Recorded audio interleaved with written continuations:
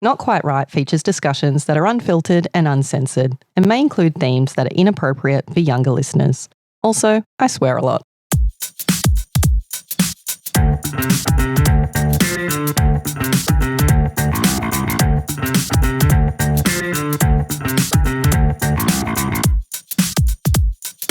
Something doesn't seem quite right. Welcome to Not Quite Right. My name is Ed. And I'm Amanda. We are finally here, the final stop of the 2024 Not Quite Right prize journey. It's the October shortlist episode. I am so excited because I know there's a lot of people waiting for these results and who've been hanging out for it and getting frustrated by our juicy little tweets and so on where we've been dropping hints. But I'm just as excited to share this news and for the authors who made it to the shortlist to find out and celebrate their win. Yeah, and we know it's an excruciating wait, but this is why, it's fun to reveal it in a grand kind of way, right? To reveal it and have the stories read out. In this episode, we will reveal the 2 wildcard winners and the top 6, which are the shortlist, as well as the winner, and we'll be reading out the shortlist and the winner on the episode.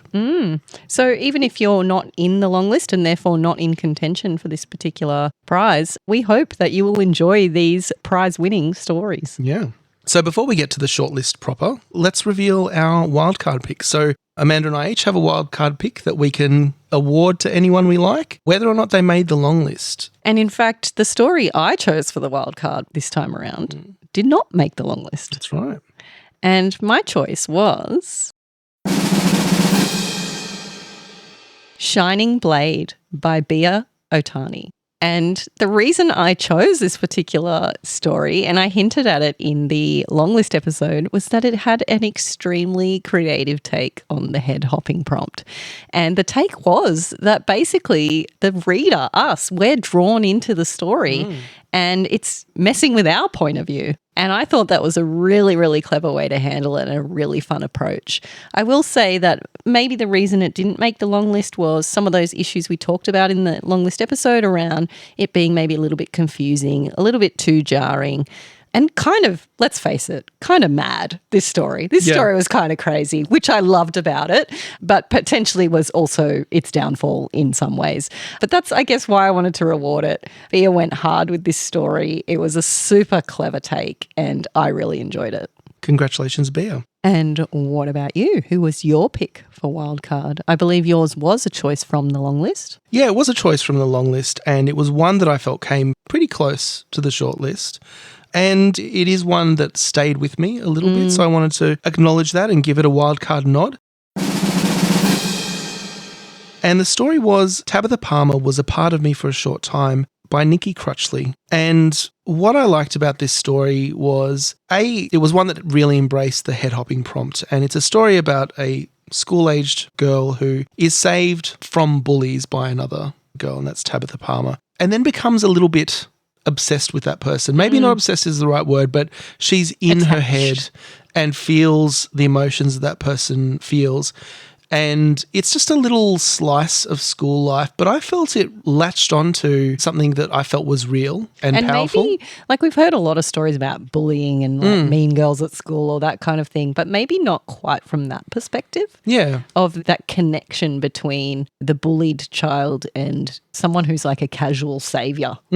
And it was something that really worked well with the anti-prompt of getting in someone else's head and having that connection. And I'll say that part of me wonders if it was almost like a Fight Club situation where Tabitha Palmer actually was an internalized part of that person who lashed out against the bully but was actually part of the main character. I don't think that's the angle that she was going for, but I kind of got a little bit of that vibe. So thank you, Nikki. I really enjoyed that story. It came pretty close to the shortlist. But well done on the wildcard. Absolutely. Now, just one other order of business before we get to the shortlist, and that is a dishonourable mention that we will be awarding, unfortunately, in this round of the competition. A very dishonourable mention.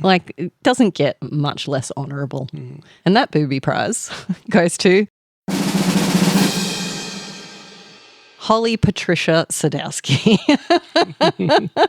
who delivered the most offensive story I've ever personally read, Talking Heads, The Tale of Johnson & Johnson, and who I think is a little bit nervous now that she may have gone a bit too far. I just wanted to say to Holly, you've been a very bad girl. You've been very naughty and you need to be punished. Just for a bit of context for those who may be wondering why we keep going on about this particular story and how offensive it was, it's a story about a sperm donation, which in itself It's fine. is fine. But I guess the issue was more around Holly's creative choice of character names. Yes. So we have a character called Ted, who is in fact the character making the donation, and a character called Mandy, who Ted is fantasizing about. So honestly, I think Holly was having a bit of fun there trolling us. She may have come away licking her wounds from her Daredevil episode and feeling a little bit like she would like some revenge. And let's just say the revenge has been served on this particular occasion.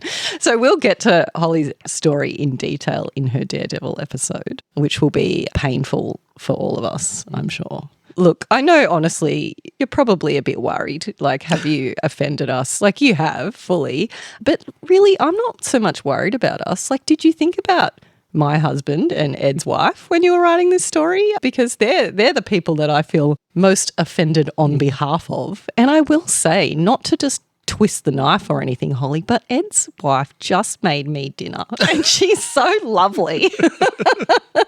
And Andy, my husband, he's a paraplegic in a wheelchair. So So just reflect on your actions, just Holly. reflect on your choices. Go sit in the corner and think about what you've done. But all that aside, we're now into this shortlist. Woohoo! Yes, these are the people who are taking home the prize money. And in fact, on top of that, we'll be taking home a publication contract for inclusion in our anthology this year. That's right. So around about the time this episode comes out, probably shortly after, we will be releasing the First Not Quite Right Prize anthology, which contains the stories from the 2023 round and also the 2024 round, along with a bunch of additional commentary, some notes from the authors and biographies from all of the authors of those stories. So we're really excited to release that, and it should be available just about now. So keep your eye out for the email. Yeah, and look, we're all writers here, and I don't know about all of you, but certainly I imagine quite a chunk of you are chasing publication, right? And it is just such a different experience to see your story official. So we wanted to create that opportunity for our authors and also to share these stories with others too. And I think it's going to be a really amazing collection, a lot of different stories. So the kind of book that you could pick up and depending on what mood you are in, you could dive in and just, you know, have a comedy or have something dark or have something just creepy or romantic. Like it's all in there basically. So the next 6 stories that we're about to read will be appearing in that anthology, as well as taking home some prize money too. I don't know, which would you prefer? Money's good. Yeah. But I think Money's the pretty good. anthology is a huge bonus, right? Yeah. To be published in a book that's available to everyone. It's a printed book or an ebook. I definitely want that. If I wasn't a judge in this competition, I would be entering just for that alone. Absolutely. And well, the cool thing is that they don't have to choose, right? They get both. Yeah. And I would say to all our listeners too, please consider purchasing a copy to support these authors. There is a cost involved in bringing a book like that to print. And so your support in purchasing a copy either for yourself or for a friend or loved one really goes towards this attempt by us to get these stories out there and into the hands of people in that physical form. So we would really appreciate you considering purchasing a copy or more and spreading the word too for anyone you know who loves a bit of fiction. Now, just before we get into the top 6 stories, I just want to say we don't normally issue content warnings on this podcast, but I wanted to today. There's some stories in the shortlist that have some pretty dark and potentially disturbing themes in them. I don't want to spoil the stories. I don't want to tell you what they're all about because that might spoil the experience, I suppose. But what I will say is maybe just have a think about where you're at mentally before you listen to these stories. And if you're feeling particularly vulnerable, maybe come back later when you're in a better position to listen. It is, of course, just fiction, but nevertheless, we know what a powerful impact art can have. So keep that in mind as you listen to the following stories. So our first honourable mention is Ride It to Heaven by W.J. Arthur.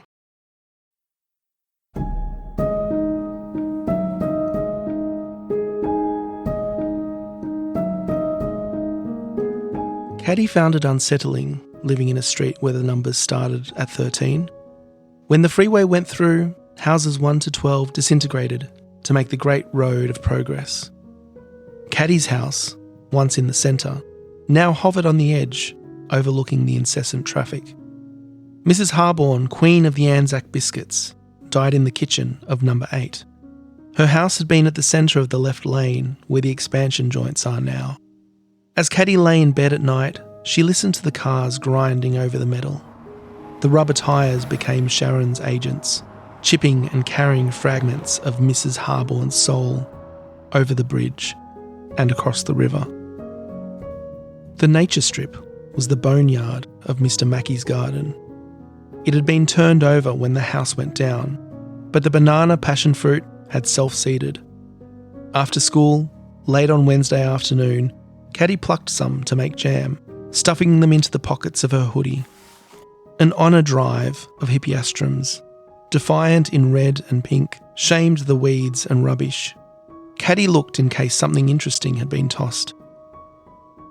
Caddy had told her mother she was meeting Claire to do some photography on the bridge. Only 2 elements weren't quite true, and Stu might take a photo if she asked. Stu was lounging against the barrier that saved the path from crumbling recklessly into the rushing cars. Traffic dashed at 100 kilometres per hour this time of day, or faster. Caddy knew Stu had once clocked an easy 160 as she clinched onto his back. Stu leaned over the fence, tangled hair dancing in the car's currents. He flicked it back as Caddy approached, like a swimmer flicking off the wet. He was wearing the Green Day t-shirt that she had given him last Wednesday, the sleeves razor slit around his biceps, veins labouring beneath the tight sheath of his skin. Caddy's eyes traced the maze of his tattoo. "Wake me when..." Stu sung. "And a little package for the eye catcher." Stu threw his keys, his lucky rabbit's foot slapping across Caddy's palm. Leaning nearby, Stu's 1977 Triumph Bonneville in Jubilee red, white and blue, his open-face helmet outstaring the ground. The hum of the freeway would mask the grunt and growl of the engine. If Caddy was quick, no one would call the cops. Caddy revved down the fence line, popping a wheelie until she reached the undercarriage footpath of the bridge. Caddy crouched low, lining up the path like a runway. She opened the throttle, quickly kicking through the gears. Burning rubber. Stu lay down, twisting his head sideways, hair splayed behind him. He watched Caddy as the shadows rose and retreated, the bike sometimes sparkling, sometimes dull and dark. He could feel the thrum of the motor reverberating through the concrete. It played in tune with the songs in his head, filling in the bass while Stu played the air drums. "You ride it to heaven, girl," he called. "Ride it to heaven."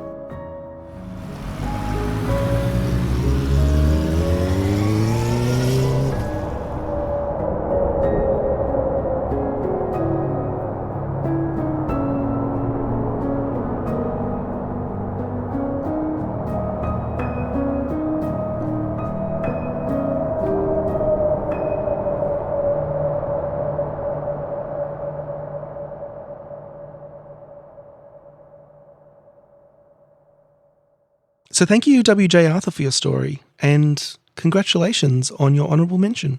Absolutely. Well done. I think what struck me about this story was how evocative it is of a certain place and a certain mood. And I find it a little bit hard to put my finger on exactly what that is, like what that place, what that mood is. But it's that unsettling beginning of the house, the street number starting at 13, the kind of destruction of part of the street to make way for a freeway.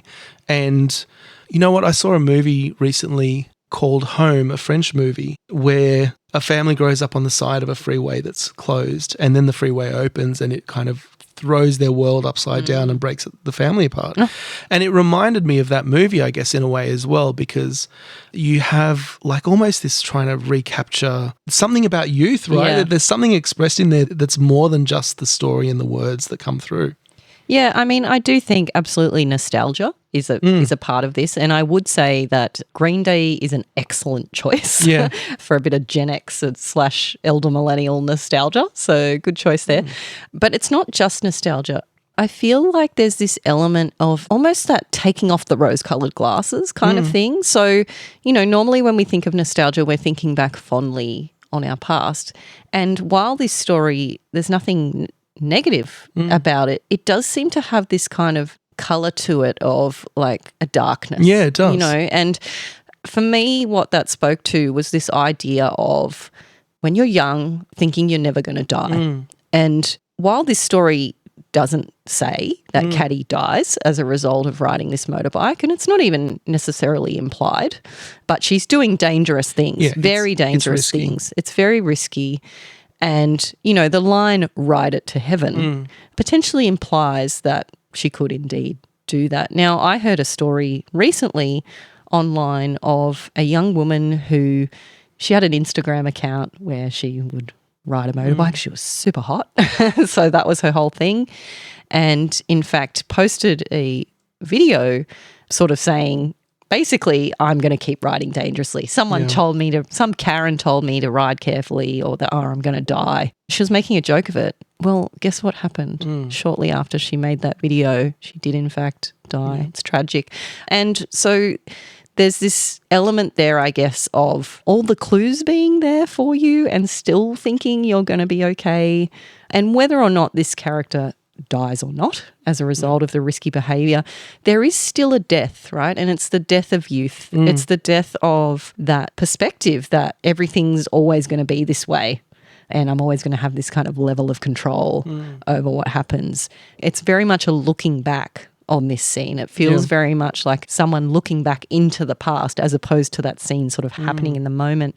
And I think that's appropriate because it really does evoke this feeling for anyone, whether that's their life experience or not, to sort of look back on their youth and sort of reflect on the ways in which maybe their youth has died, What I really loved about this was how WJ very quickly set the scene as well. So that very evocative opening line that I love about houses starting at 13 on this particular road, but also just like sort of getting that sense of time and place very quickly while also getting a sense of the tone of the story.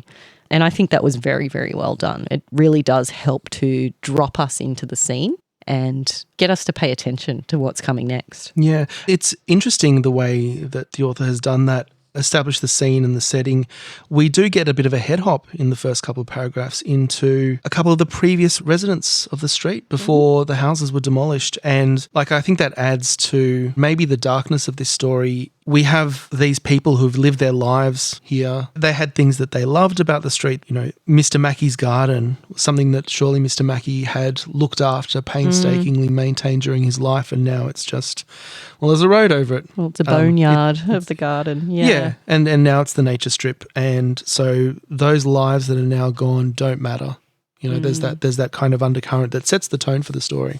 And we also have the mention there of the ferryman, right, who carries the souls across the bridge. Yeah. And this is where, I guess, it never says here that she died or anything, but you've got this sort of undercurrent there, this implication or this kind of suggestion, whether she died or, again, her youth or something, the memories, have sort of died, much like the garden.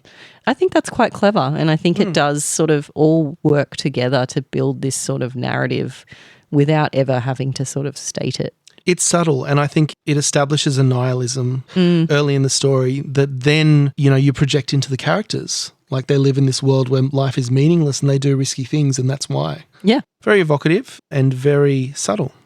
Speaking of subtlety, I really liked the way that WJ introduced the lie in this story too, because again, it wasn't sort of stated up front that Caddy lied to her mum. Yes. It said Caddy had told her mother she was meeting Claire to do some photography on the bridge. Only two elements weren't quite true, and Stu might take a photo if she asked. Yeah. So it's just implied, it's not stated directly that she told the lie. And again, it's a nice little setup that really fits the tone of this piece. So study that. Study that, I think. If you're sort of newer to the game of fiction writing, I would go back to this story and look at how that lie was handled. That is very much a show don't tell moment. Yeah, completely. It's a really great example of that. Now, I did have one little nit to pick with this story, and it's the lyric that Stu sings.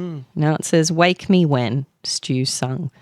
We've established that Stu is a Green Day fan. Yep. He's wearing the Green Day T-shirt.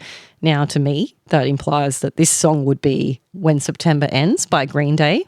And I'm not 100% sure, but I feel like the line is "Wake me up when." So wake me up when September ends. So in this line, it says "wake me when." It's missing that word "up." And so that really, it set my teeth on edge or something. I don't know, to have that lyric wrong. And that was a tiny little problem, but it does serve to take you out of the story, even just for a split second. Yep. And another little fun detail is that I mentioned this story on social media. I was saying that there was a story we were considering for the shortlist which had some typos. And this was the story that had some typos. In fact, the character name Caddy is at times spelt C-A-D-D-Y and then C-A-D-D-I-E. And it's not something that's like really sticks out like a sore thumb, but it was something that I did notice the first time I read it, and it's a little problem. We will fix that typo before we publish this in the book and on the website. But I guess for those of you wondering, like, oh my God, I submitted my story and it's got a typo in it. Oh, it's the end of the world. Well, it's not the end of the world. You can still make the shortlist with typos. Try to avoid it if you can. But in this case, it did not really detract from the mood of the story. Yeah. So thank you, W.J. Arthur, and congratulations. So now for our second honourable mention. And this award goes to Sharpened Stakes by Sheridan Bell.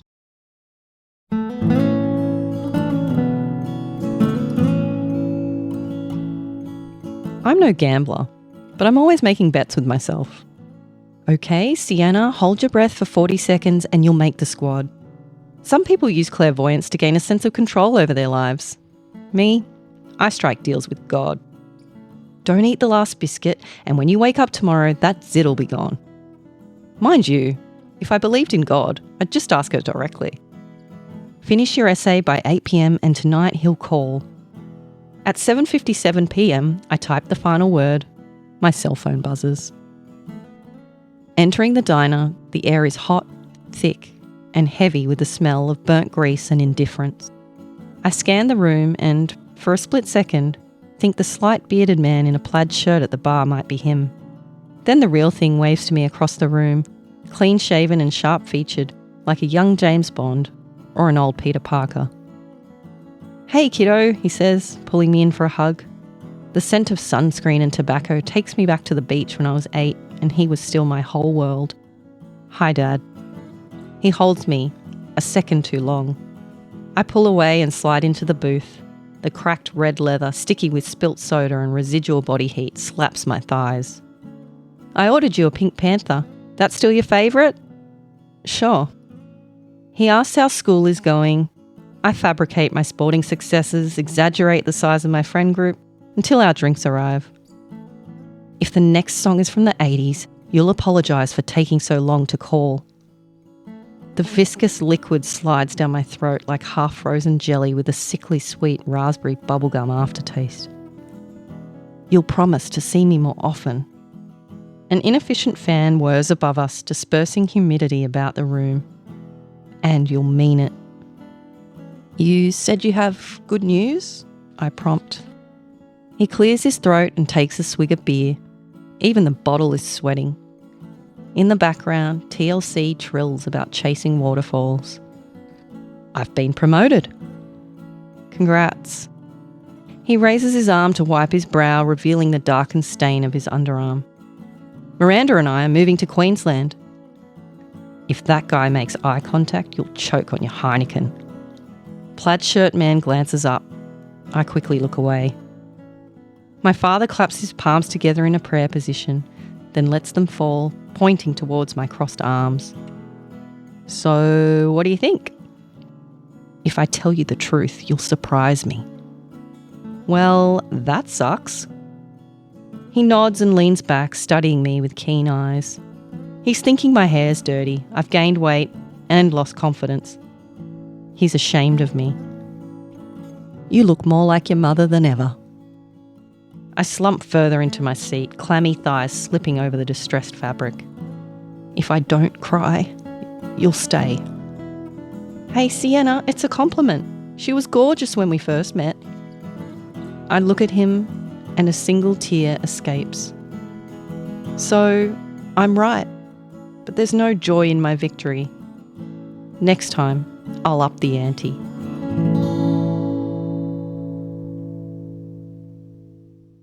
So congratulations, Sheridan, on your shortlisting, and we look forward to including this story in our anthology. It may have been difficult to get across in the reading and listening to it, but a lot of what comes across as dialogue is internal thoughts, right, indicated by italics. So I think this is one that helps to read as well as listen to. I think what caught my attention about this at first was, I guess, this idea of making bets with yourself. I don't know about you, but as a child, I used to do that very often. I still do it now. Yeah, make little bets like this is going to happen, that's going to happen.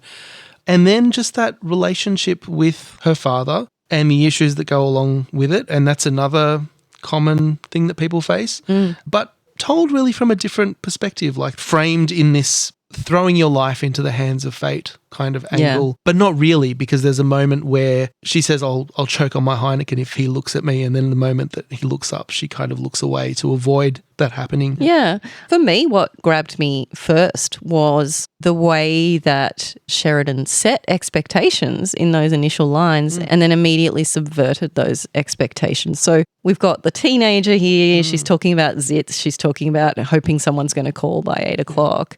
And so we naturally assume that's a love interest. You know, some cute boy from school is going to call by 8. Oh, yay, and all my dreams will come true. And then immediately we discover she, in fact, is referring to her dad. And I like that Sheridan chose there not to leave that fact like right till the end, because we talk about those twists where it just feels like, oh, you've pulled the rug out from under me.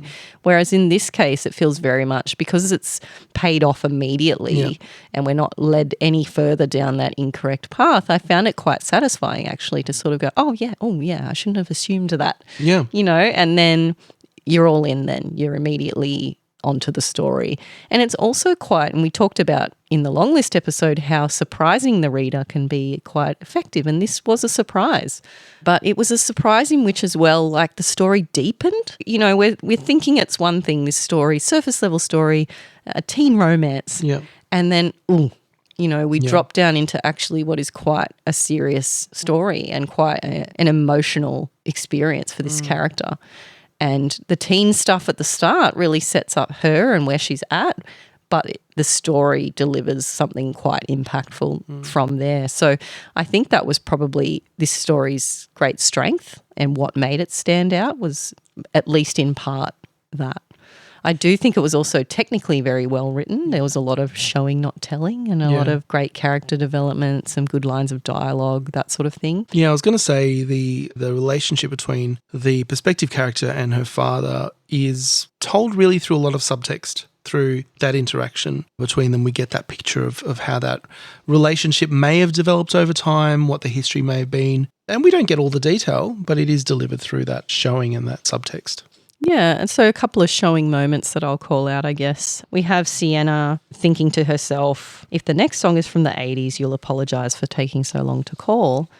And then the next song is Waterfalls by TLC, and it's never stated anywhere, but that's a 90s song. It's quite clearly a 90s song. Again, paid off without having to like really state it out loud. So we know it's not an 80s song. He's not going to apologise for taking so long to call.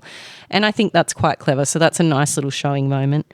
And then another one was the one you mentioned just before. If that guy makes eye contact, you'll choke on your Heineken. The plaid shirt man glances up. I quickly look away. So again, it's not stated there, but Sienna is looking away because she doesn't want him to choke on his Heineken. She's sort of taking it back. And that's quite a sweet moment, really. You know, it's like she's sort of got carried away with herself and just, oh, okay, don't really want that to happen. And there's a lot of subtext behind that. That's not just a thing that happened. You know, that's actually quite a revealing detail about where she's at mentally. Like she's kind of hates him, but also still loves him, you know, and that's really the emotional heart of this story. So what did you think of the head hopping?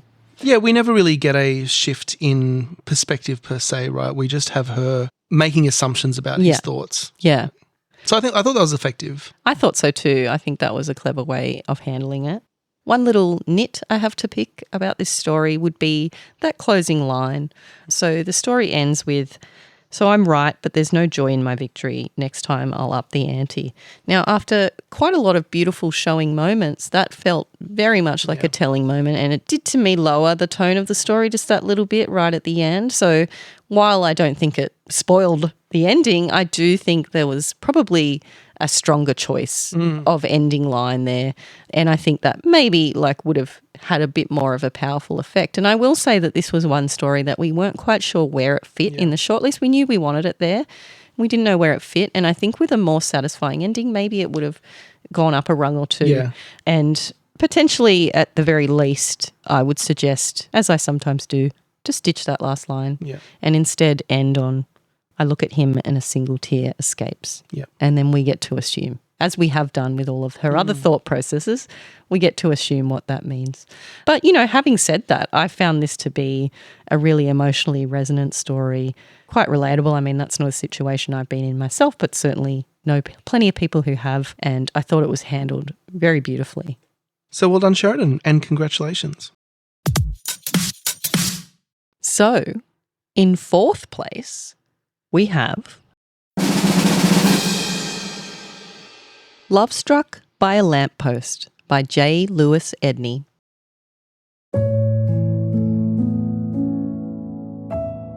Sandra knew what she wanted in a man. Tall, dependable, bright, and most importantly, someone who didn't answer back.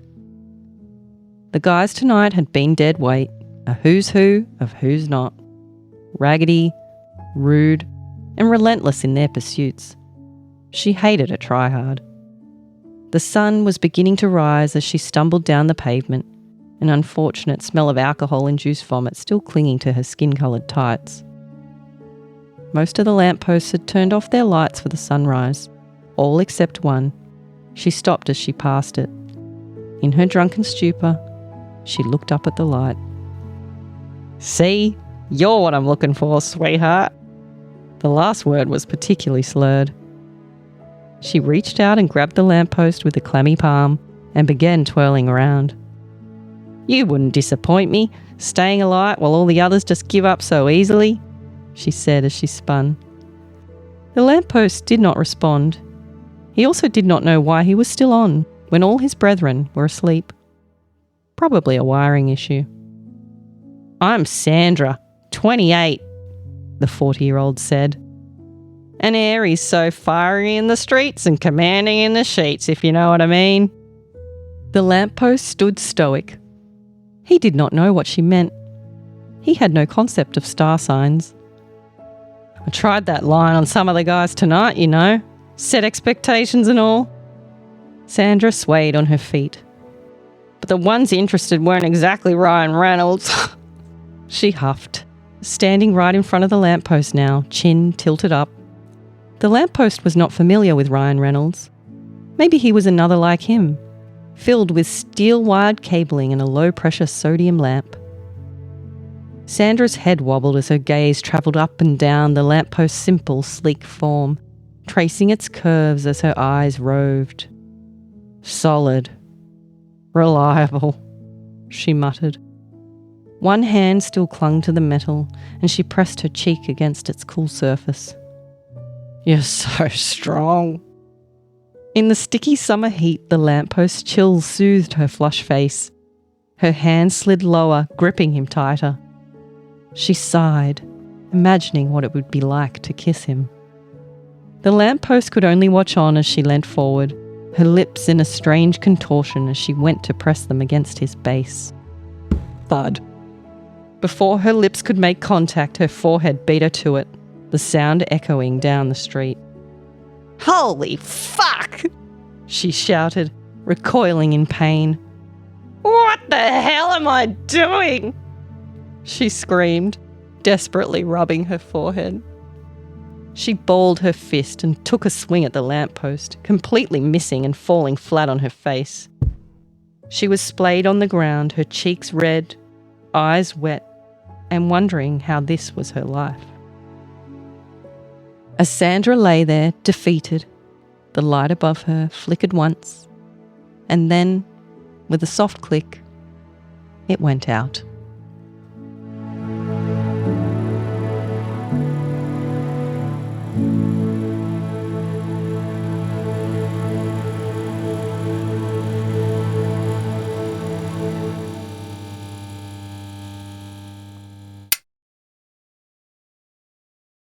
So well done, Jay, and apologies for my Ocker accent there. I did really feel like I was channeling Sandra's Ocker vibe.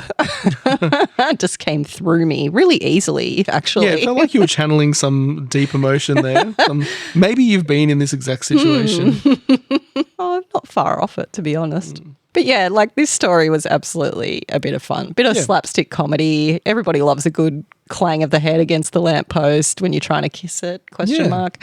But I guess what really sold me on this one is like I have just discovered inanimate object romance, you know, through Chuck Tingle, through my little venture into writing battle. And I bloody love it. I love inanimate romance. It just speaks to my soul. And so I sort of wondered if Jay had maybe participated in writing battle as well, or potentially inspired by Chuck Tingle, God forbid. Because, like, why the hell not have a love story with a lamppost? And I'm here for it. Yeah. I thought it was great. It was a fun story and also relatable in so many ways. Like, we've all been a little bit too drunk. Do you know what I will say, though? Because, of course, this was fun and a bit silly and, you know, again, deepest apologies for my terrible reading of this story. But there was a poignancy in there too, because we've all also been lonely, right? And ultimately, that's what this story is about. Poor Sandra is struggling to meet someone. She's now resorting to a lamppost because everybody in the real world has disappointed her. And she tries that, and even that doesn't work. She clangs her head and falls over and, you know, and it is silly, it is slapstick, but it's also kind of sad. Yeah. You know, it's that kind of the tragic clown, right? You've got this sort of funny ha-ha on the outside, but inside it's not funny. And I found that a little bit poignant. Like, in amongst everything, there was another layer. It wasn't just stupid for the sake of stupid. There was a deeper emotional truth there, I think so.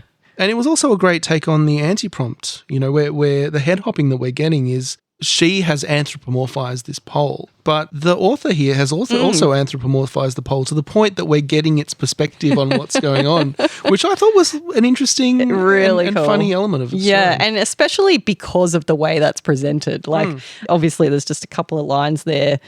The lamppost stood stoic. He did not know what she meant. He had no concept of star signs. Like, how great. Like, of course he didn't have a bloody concept of star signs. And, of course, the Ryan Reynolds reference there too was good fun.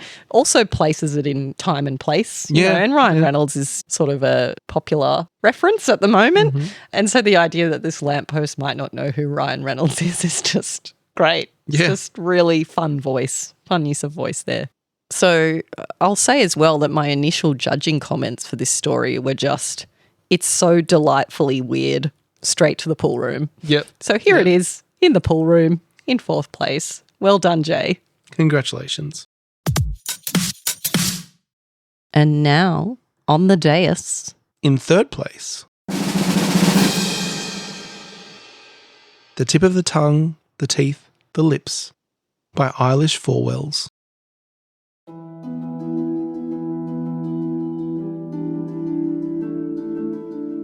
You've heard what they say about the salesman who trades in voices.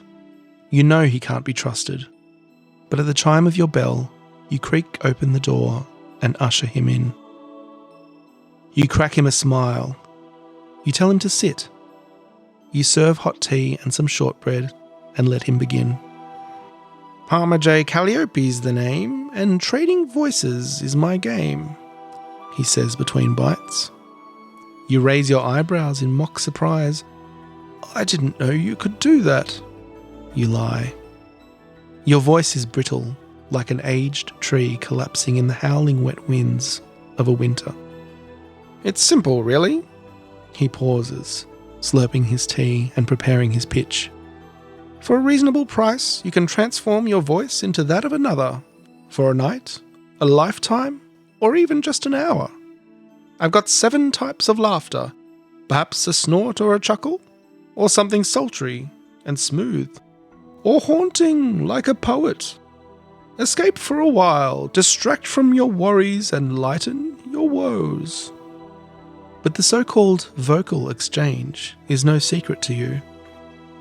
He thumps his case on your table and snaps open the clasps. Melancholic whispers seep out as he raises the lid. He reveals rows of chattering vials that quiver and clink. Purchase a vial and the voice is yours, at least for a while. Trust me, it's worth it. He smiles, raising his palms as if bearing his soul. Your hand trembles as you scan the labels. It must be in there. What if I wanted, you ask? A mellifluous voice. Ah, he murmurs. There's only one that would do. Pricey, but the real deal. You would sing like an angel. He pulls out a small vial with a cool purple hue. Here, take a listen. For a moment, there's silence. You lean in, holding your breath, straining. You can hear the faintest of singing. Beautiful, rich, flaming notes that nourish your heart. A melody from a lifetime ago. You'd heard your voice once before, singing on a stage, in the mouth of a performer who boasted of fortune and glorious fame. You captured her and blotted her with blood. You stole the tip of her tongue and she gave you his name. Calliope, the salesman, the trickster, the villain. You check your watch. It must be about time. Poison hemlock works quick. His mind is sluggish, like it's wrapped in treacle. He can't help but think, has he seen you before? He remembers the girl whose mother sold him a voice. It was the deal of a lifetime, a steal at that price. You stare as his body slumps heavy in his chair. Death will devour him and flee with his soul. Your smile drips with venom, and without hesitation, you snatch up the vial and swallow the contents whole. I am complete once again. I am one with my mellifluous voice, and once more I can sing with the sweet innocence of summer and spring.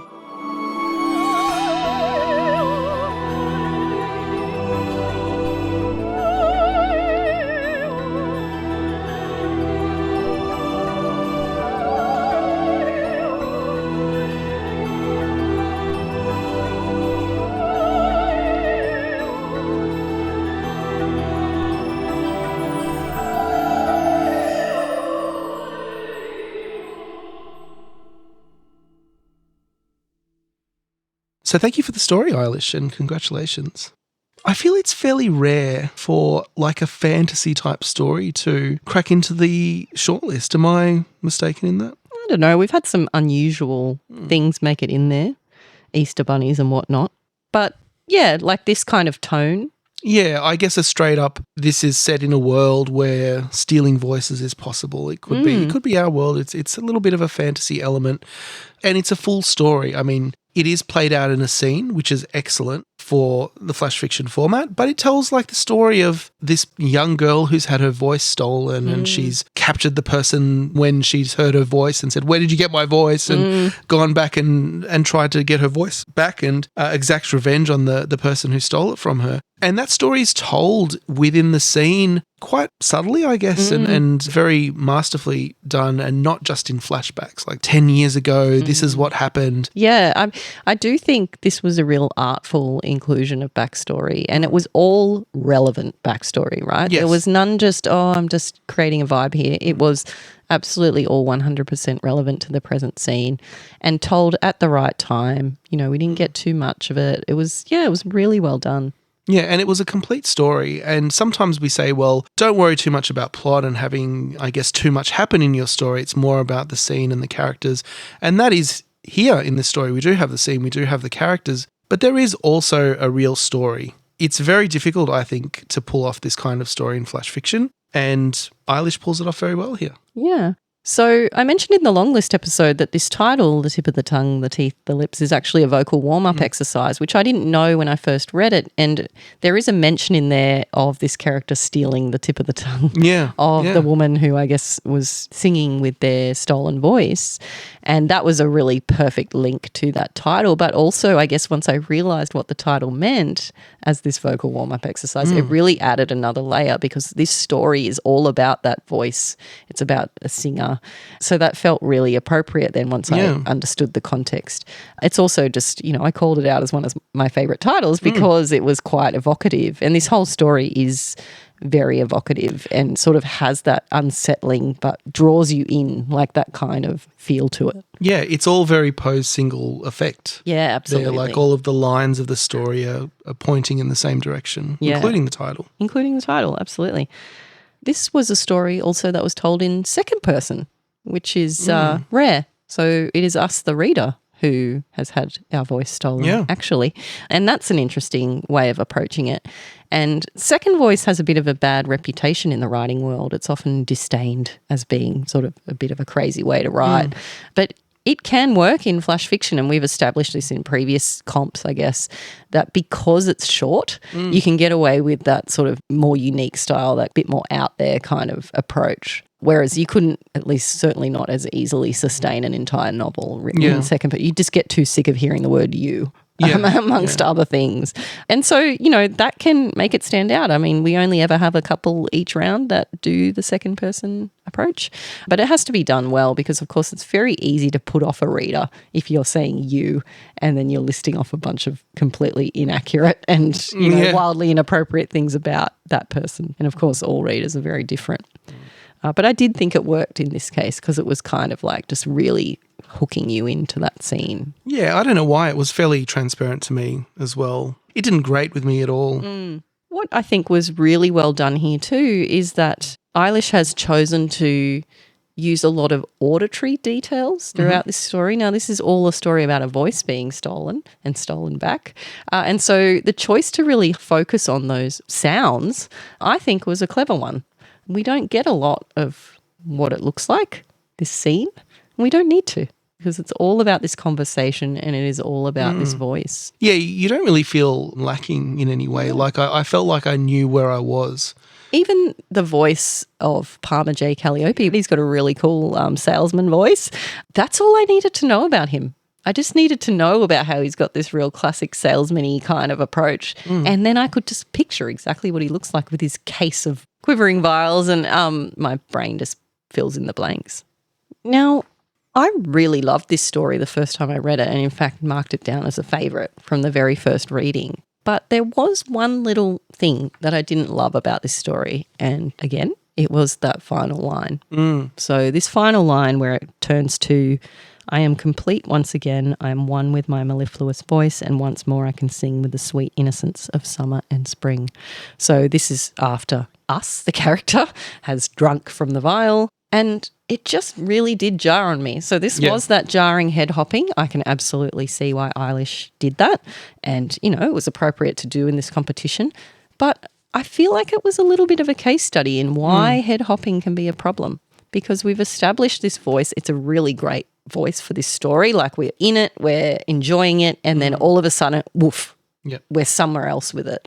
And so I guess it was probably one of these cases where it kind of proved why the rule is there, why that's something that we should avoid.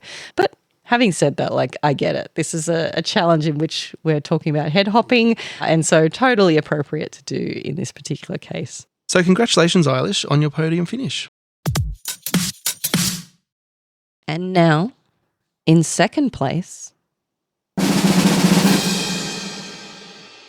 9 times 7 is 63 by Emily Rinkemer.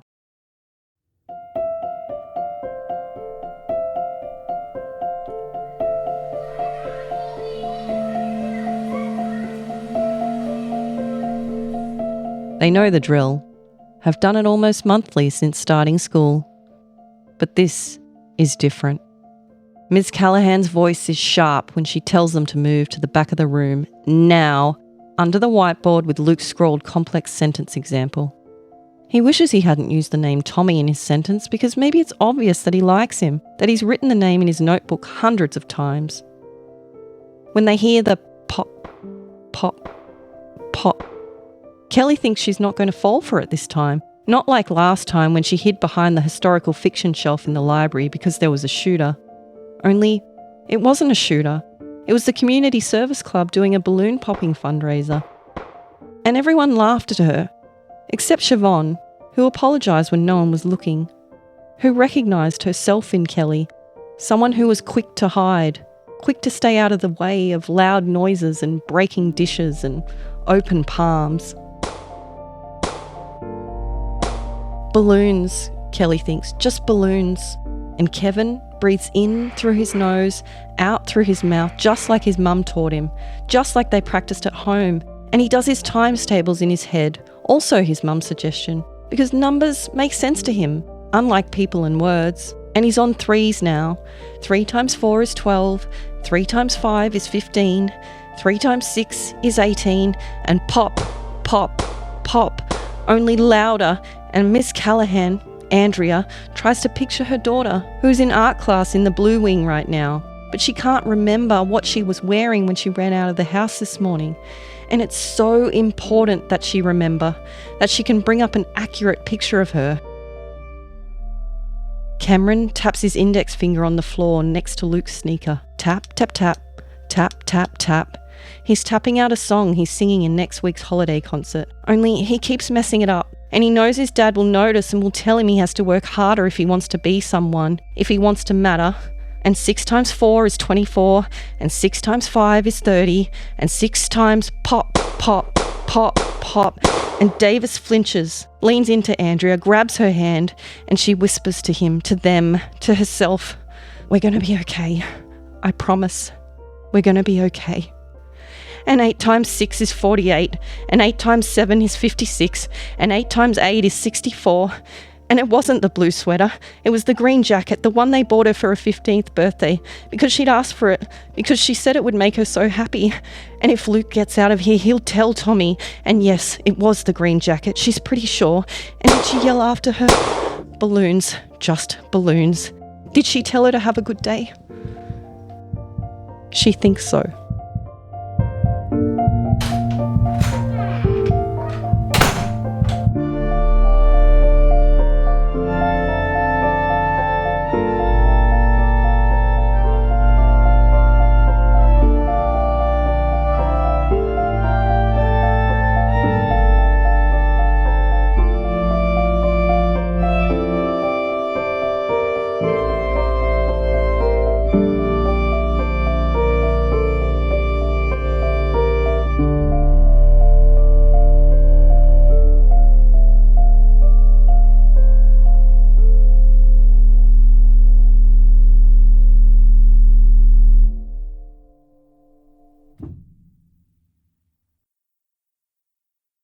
So well done, Emily. And I have to say, I loved this story. Yeah, I mean, a horrible story. Yeah. Absolutely horrifying. And as parents, I think like this in today's times, this is one of the biggest horrors. I mean, it's not, I guess, quite that shared experience here in Australia. But we're certainly aware of it. We're very aware of it, yeah. And it's a universal fear of every parent, I think. So from a writing perspective, it is stream of consciousness and it's one long paragraph. Mm-hmm. It's not broken up. It breaks all the rules, basically, of writing. Which you love. Which I love. And I've read some stream of consciousness, and this is really well written. This is really well written stream of consciousness. It's a perfect response to the anti-prompt. The head hopping works so well in stream of consciousness. I would never have thought to write this, but it's such a good take. And we get so much characterization in this. The character is just off the charts. Like, I can't fathom how in like less than a sentence, in some cases here, Emily has just completely established an entire character. Yeah, with and a whole host backstory. of characters here as well. Yeah. And develop them and just little, and we love them all. Yeah. We want them all to, be okay in the end. And even, look, towards the end of the story, maybe about halfway through, Miss Callahan becomes Andrea, right? And because those barriers are broken down in that moment, and all of a sudden Davis is holding Andrea's hand, and they become people in that moment, and so much emotion in this story, so much characterization, and it's really masterfully done. It's such a good story. I mean, I'm feeling a bit emotional now. I'm feeling a bit teary. And this is one of the stories that I said gave me chills. And honestly, it gave me chills repeatedly. Not just the first time I read it, but every time. And I've just worked myself up there reading it. And it's made me a bit emotional. But yeah, like I think we do invest in these characters and we do see ourselves and people we know and love in these characters, and that relatable kind of all those fears bubbling up. Like not so much the specific fears necessarily, but those really universal fears of like, oh God, someone's going to find out I like them. Yeah. Or, oh my God, I better tell my children I love them. What if I never see them again? Yeah. Like these are the kind of thoughts that pass through most people's minds at some stage in their lives. So it is these universal shared experiences, and it was such a great capturing of all of that in that moment. And I did think that the stream of consciousness worked perfectly too, because it's that panic, right? And it starts slow and it just builds and builds, and the stress builds, and that device of the times tables works like a ticking clock in this story. Like it really ramps up, right? Like you can feel the pace of this story picking up, which is kind of amazing and kind of artful, really, to be able to do that just in words. It feels breathless by the end, even just reading it in your head, like not reading it out loud. It's got this sort of breathless kind of panicked energy to it. Yeah, that builds up throughout the story. And I feel like too, what was very clever was that cut to black at the end. Like it just stops. Yeah, we don't find out. I mean, look, there's a chance that it is another balloon popping, but it's not. It's not a balloon popping. And the answer lies in that title. And that's what's deeply satisfying about this story, although, I mean, from a storytelling perspective as opposed to obviously a narrative perspective, I don't want these horrible things to happen. But delivering on what that title really means. So 9 times 7 is 63.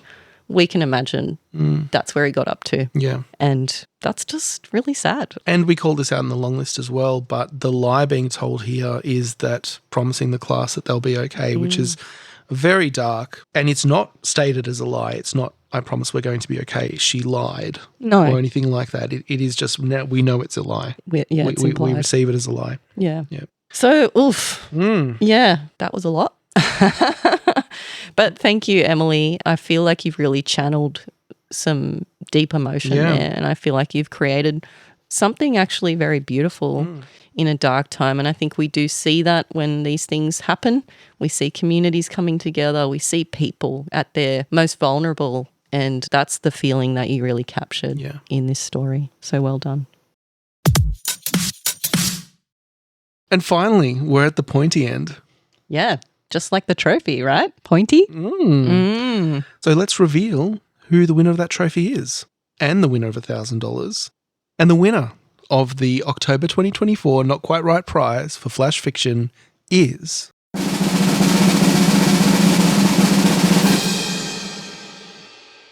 I Told You This Was a Poem by Torinell.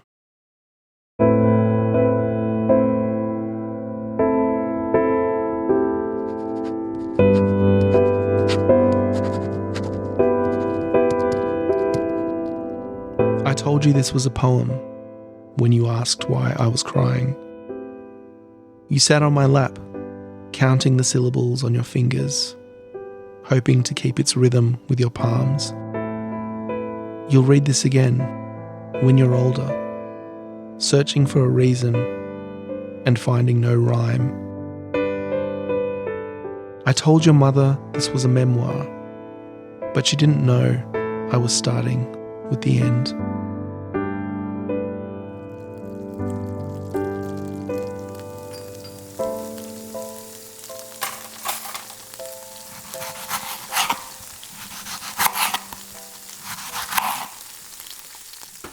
Amanda was in the kitchen, chopping and stirring and waiting for it all to bubble to the surface.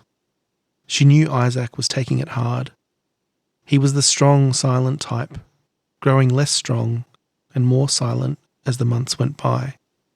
Now he was weak and mute and refusing to move on.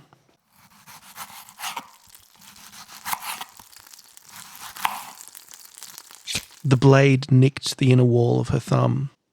She bled onto the counter and on the carrots, and all over her favourite apron. She quickly cleaned it up and got on with making dinner. That's what she did. She got on with things. A quarter less but a tenth as joyful, she mumbled to herself, contemplating the strange recipe of broken homes. Is that from a poem? Kayla asked, hoisting her little body onto a stool and stealing a piece of celery. Amanda hadn't written in nearly a year. Not for lack of emotion. Perhaps for the opposite.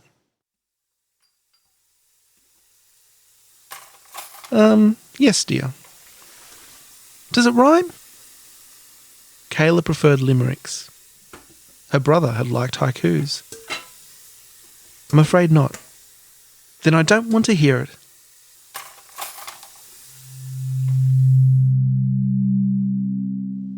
Kayla was growing sick of the sadness. What's the fun of having writers as parents if they'd only write boring stuff? Her mother used to tell stories about basilisks and gnomes and castles under volcanoes. She even named one of the fairies Kayla. And Alex was the boy who lived forever. Now, she only turns the light off and says goodnight. Even the wishing of tight sleeps and warding off of bed bugs were a thing of the past. Not everything is fun all the time. How have you not learnt that? After everything? You're almost 8 years old, for Christ's sake. It was as if someone else had yelled at her daughter. Perhaps she was someone else. Or perhaps she wasn't anyone at all. Whoever she was, she took a deep breath and got on with things. That's what she did. She got on with things while Isaac sulked in his study.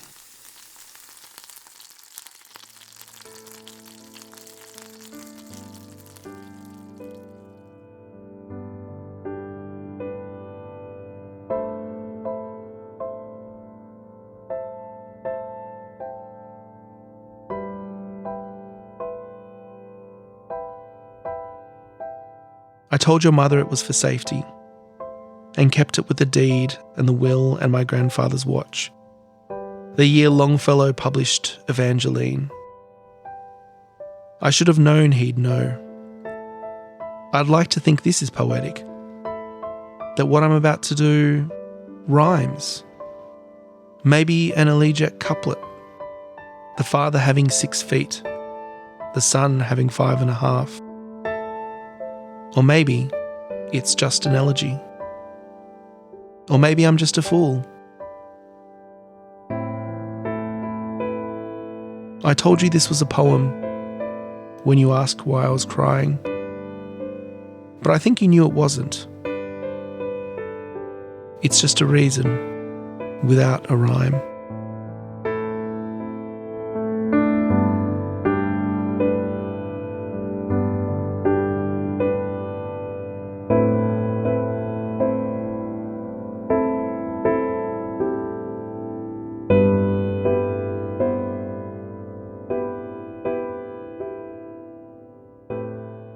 So a huge congratulations, Torinell, on your first placing. You're now joining the ranks of our other winners, our 4th winner for 2024. Mm-hmm. And that was a pretty dark story. And we just want to say that if you or someone you know is struggling, please seek support. So help is available worldwide through all sorts of online and telephone resources. In Australia, you can call Lifeline on 131114. But of course, it's only a Google away depending on where you live. Just know that wherever you are, help is only a phone call away and you're not alone. So, it's dark subject matter, but it's also a beautiful story. I think the word that comes to mind for me is layers with this story. So many layers. And this is one that the formatting is a huge part of the story, and it may not have come through entirely in the reading, but the first part of it is a poem, the third part of it is a poem, and the middle part is written in prose. And it's a story that's told almost entirely through subtext. And I completely missed the point the first time reading the story. I loved the style and I loved the rhythm and the pacing, and I knew that there was something there. But it wasn't until I sat with it and read it a couple more times that the story starts to emerge and you get the picture of these characters and what they're going through. And it's a family who's lost a son and are dealing with the trauma of it. And it ends with a suicide. Yeah. And the poem is a suicide note. And there's no mention of suicide. There's no mention of a gun, but there is a gun that you read between the lines and see. Yeah, and I think, look, if you are coming to this episode sort of curious about writing, we talk about the tips and learning and improving. If you want to learn about subtext, this is it. Okay, so subtext is, the reading between the lines. Okay, so we have the lines, we have what's on the page, and then we have all the stuff that's not on the page, but which is communicated to us somehow. And this story communicates so much. So I'll just call out some of the lines that I guess lead to that subtext. And they're going to be bits and pieces all over the shop as I describe them now, but they really do feed in quite nicely into this story. So it starts with these lines about, I told you this was a poem when you asked why I was crying. You sat on my lap, counting the syllables on your fingers, hoping to keep its rhythm with your palms. You'll read this again when you're older, searching for a reason and finding no rhyme. It is not said there, but we know that this is a father and child. Yeah. Okay, because you've sat on my lap, you're asking me a question and I'm giving you an answer, and it's a bit of a lie. Yeah. And not only do we know that it's a father and child, we know the father's been crying. Yeah. Or I guess we don't know yet that it's a father. And when Torrinell says, I told your mother this was a memoir, but she didn't know I was starting with the end. Yeah. And that's the suicide note part. Yeah. That's how we know that that's what this is. Now, later we go on to learn about Isaac taking it hard. Well, taking what hard?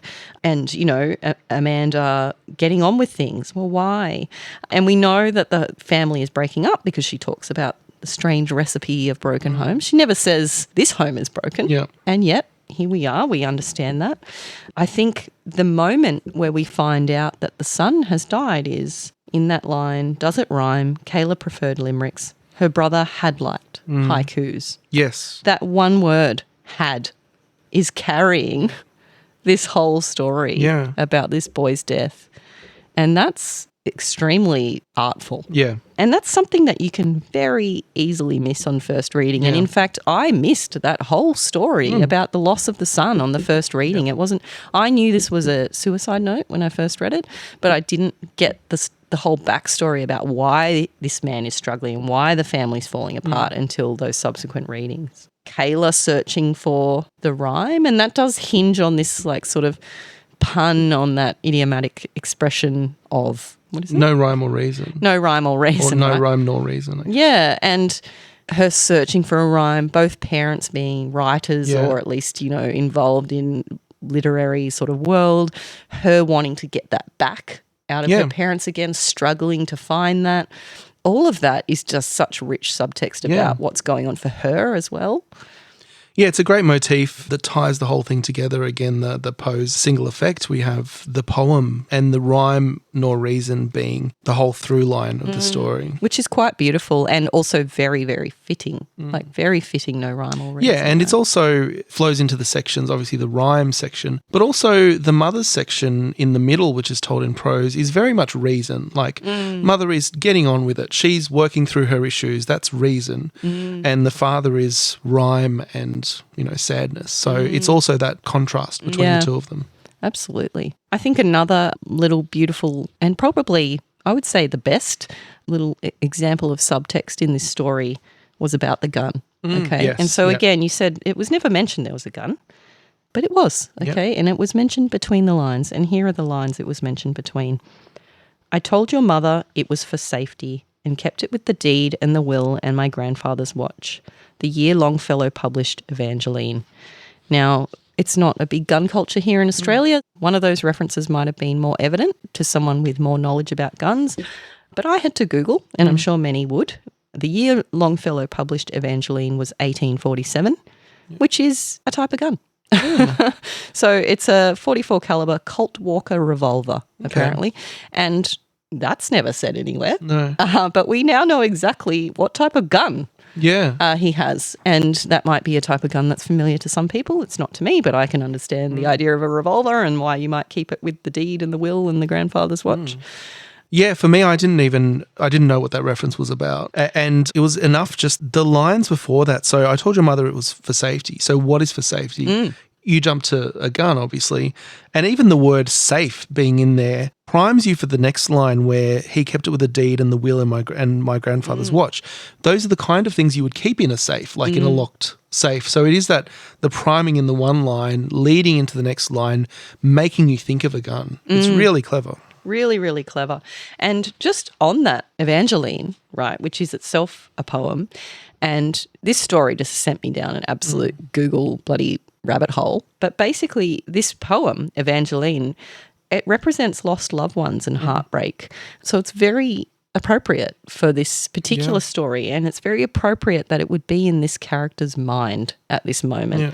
But this particular poem, so it talks about lost loved ones and heartbreak, but it also talks about keeping hope. And all of those things are contained within this story as well. It's an unrhyming poem, doesn't rhyme, and it also begins with the end. Right. So Toronel has not chosen this by accident. Okay, this is clearly, I guess, potentially the inspiration for the story. I mean, I can't speak for Toronel on this one, but clearly the links are all there for that. And this would be deeply satisfying if you are interested in poetry, and you would get all that just from reading it. I had to go and Google it. But the fact that you inspired me to go and Google it just goes to show how impactful this story was. So I just wanted to, for context, read a little bit of Evangeline, and this is just the last little section of the prologue to this epic poem. Ye who believe in affection that hopes and endures and is patient, ye who believe in the beauty and strength of woman's devotion, list to the mournful tradition still sung by the pines of the forest, list to a tale of love in Arcady, home of the happy. And if you read on, you'll get more from it. And I was getting very emotional getting down this particular rabbit hole, and this was another story that gave me literal chills. But, you know, this idea of Arcady in the forest and so on, that also weaves into the mother here, the mother and Kayla, and how she would make up these stories of fairies and bring Kayla as a character in her story. Like it's all woven in there, and it's all just waiting to be uncovered. But I think the surface level story is itself already really beautifully written and intriguing. But it really just, the more you read it, the more you look at it, the more you will get out of it. And we were talking in the long list episode about what makes a winning story. And one of the things I mentioned was having a really strong opening and a really strong closing, and both of those things being very important. And I think they were front of mind for me because of this story specifically. This story has a very strong hooking opening and a very, very strong, satisfying, sad, but satisfying ending. It honestly made me want to cry reading it, and I think that is the mark of a powerful piece of fiction. And look, we've spoken in the last episode, in the long list episode, about the prompts, and they're not necessarily always the most important thing about your story. It's not like whoever has the best take on the prompts wins the prize. But I have to say the top two this time around were a couple of my favourite takes, especially on the anti-prompt. So in this story, we have the head hopping, and it is a POV shift from it's quite one jarring. section to the next. It's completely jarring, but it's like a different story altogether. It is, but it works because we get not only just the perspective shift, but we get the tone shift from rhyme to reason. We get the format shift from poem to prose as well. Like, it's a complete shift, and it's purposeful and it's intentional. Yeah. I think for me, the feeling with that is that cinematic feel, right? You've got a character in a room on his own, ruminating darkly. Yeah. And you can just picture, can't you? Like that cut to the scene with the child playing and the mother snaps at the child and then it cuts back. Like, I can picture it. Yeah, from this very noisy, lively scene with the shouting and in the kitchen, the clanging and cooking and whatever's going on, to just this silence. Yeah. He's disconnected, completely disconnected from his family in that way. And so, like, while it is jarring and it is kind of like two completely different stories together, mashed together, it does work for all those reasons. And I think it was masterfully done. And look, not to lower the tone of what is, a powerful piece of art, But I have to say, it did strike me that the characters' names were Amanda and Isaac, because we were talking about Hanson in a previous episode and about my anti-fanfic about Hanson and about my little love affair with Isaac Hanson. I think it would be amazing if Toronel was a listener of the podcast, and this is like the final installment of the Hanson fan fiction. Like, you had that wonderful date at the hotel and all the fun in the pool and the limo. Then you got married, and then shit goes down. Do you know what? You joke, but I did tell you I was working on a sequel. Yeah. And it is like this. Okay, it is this dark. The sequel is focused on my friend Rachel and her relationship with Taylor. Yeah. But there's a gun and there's an attempted murder. There is a fleeing mother with a baby. There's all sorts of like absolutely dark and twisted shit. So maybe we're on some weird sort of wavelength together. Yeah. Look, I'm sorry. That's completely stupid. And this is a beautiful, beautiful piece of art. And I do not intend to lower the tone, but look at me go. But truly, congratulations to all of our shortlisted entries, to our authors there and to our wildcard winners as well. We are very, very excited for you. We hope you're there screaming in your car or whatever it is, celebrating. We hope you've found an appropriate way to celebrate your win. You know, these pats on the back for writing come few and far between, I think. And so it's always nice to celebrate when something resonated, and it really did in this case, and we hope our listeners agree. And sometimes the story does read differently on the page than it does through our interpretation and our Aussie accents. So please do jump on the website if you'd like to read them for yourself. They'll be on the honour roll, which you will find in the footer of the website. So jump on there and you'll be able to link through and find these stories. Or, better yet, purchase a copy of our anthology. Yeah, which is dropping very soon if it hasn't already. Yeah, we'll be letting you know via email when that's available, and we hope you'll get on board and support these authors in their beautiful, beautiful stories. And one thing I found really great about this shortlist is that it was all new names. And we love seeing, people come back and people do well and better than they have last time. That's great. But it's also great seeing new names. We don't want the shortlist always to be the same people and the same name. So that's great. I just want to mention as well the critiques. So if you've purchased a critique for October, those will be coming out too. Now, look, the reality is that they tend to take us a while to get through. It's quite a time-consuming process. And so we promise that they will arrive to you before the January round of the competition, hopefully a bit sooner than that. And the reason for that is that we don't half-ass it. No, we really don't. We really put a lot of attention to detail and want to make sure that that feedback is useful and true and accurate and all of those things. So it's worth waiting for, I think. If you'd like to get in touch and get an update on where it's at, please by all means do give us an email. And if you've enjoyed this episode, the long list episode, if you're new here, please do join us for the January round of the competition. The big news, which we've recently announced, is that we are doubling the prize money for January. So 4,000 Australian dollars across those shortlisted and wildcard entries. We do as well intend to continue creating anthologies of these beautiful works. And so all shortlisted entries, winning entries, will feature in an anthology for 2025. So a great opportunity, plenty of room on these shortlists for new people. So please do jump on board, and if you want any more information, just head over to the website, notquiterightprize.com, and bring your friends too. We want to grow this competition. We just want to keep leveling up again and again to make this comp as good as it can be and to help you make your writing as good as it can be as well. Absolutely. So that's it for the shortlist episode, but it's not quite it for the October round of the prize, because we will have our Daredevil episodes coming up very soon. We'll try to release one a week for a few weeks, and we'll have another regular episode of the podcast dropping soon as well. And in that episode, we'll be talking about the movie May December. So keep an eye out for that. And until next time, ride on. Ride on. Thank you for listening to Not Quite Right. If you'd like to reach us via email or follow us on social media, you can find all the links on our website, notquiterightpodcast.com. That's WRITE. And if you enjoyed the show, we'd love it if you could leave us a 5-star review on your favourite podcasting app. Something doesn't seem quite right. And the winner of the October 2024 Not Quite Right prize for flash fiction. That's what our erotic fiction's going to be called. Yes. Yes. I've been sort of wondering. That's it. Yeah. Not Quite Right prize for flash fiction. Yes.